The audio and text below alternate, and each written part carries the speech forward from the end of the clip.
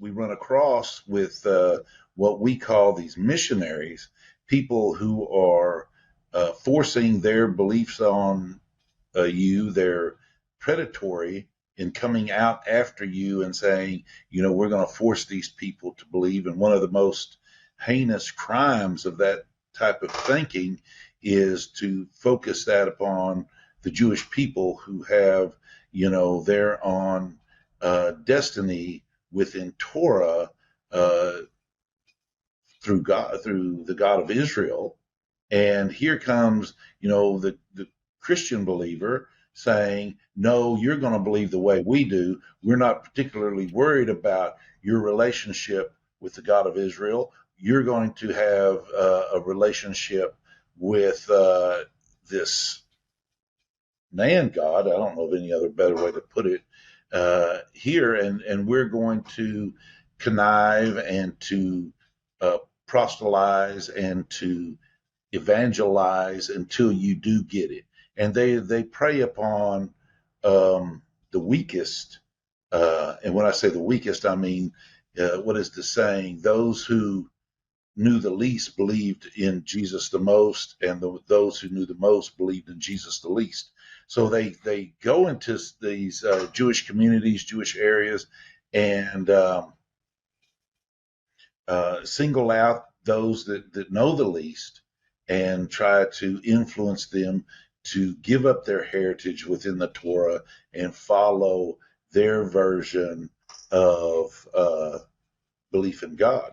And I think that's particularly offensive that one person would do that to another person's culture.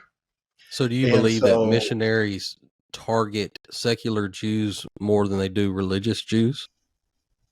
Is it by purpose they do this? Is it, is that their goal, or do they just seek anybody? What's your opinion? Absolutely.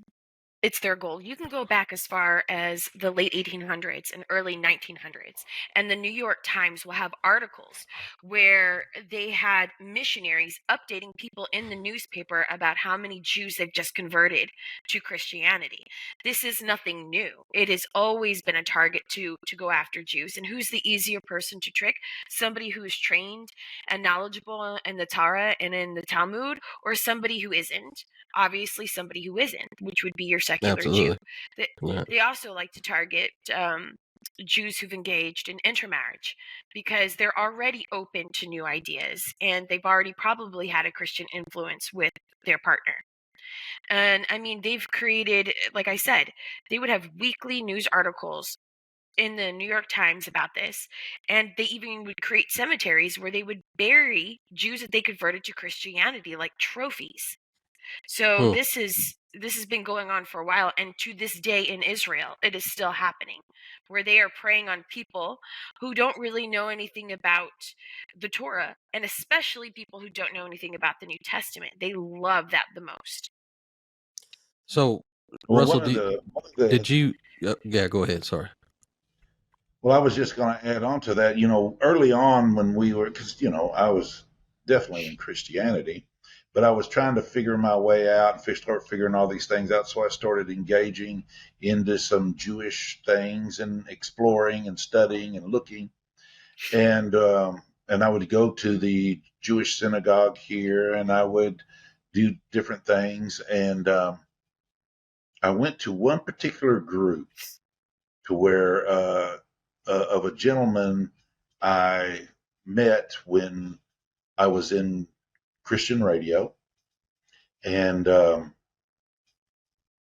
thought, well, it'd be interesting to go see what he has to say and all this stuff. So I went to one of his gatherings and his meetings and went in there.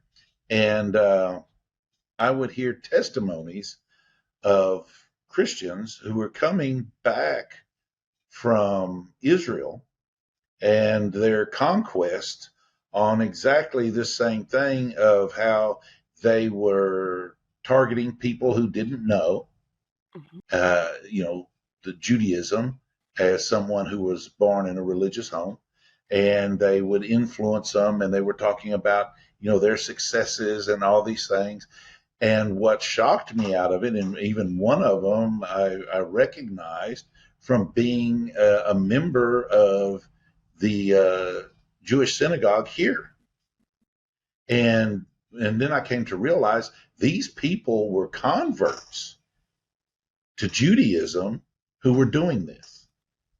And they were purposely, and I consider maliciously, seeking out, joining a religion in order to pull people and to influence them out of it, and by fully being someone of some other faith. And I think that is so disingenuous, and it's offensive. And so what do we do as these Torah observant non-Jews who we've come to love Israel, love the Jewish people, and the God of Israel? And so we naturally combat this as it's a natural reaction.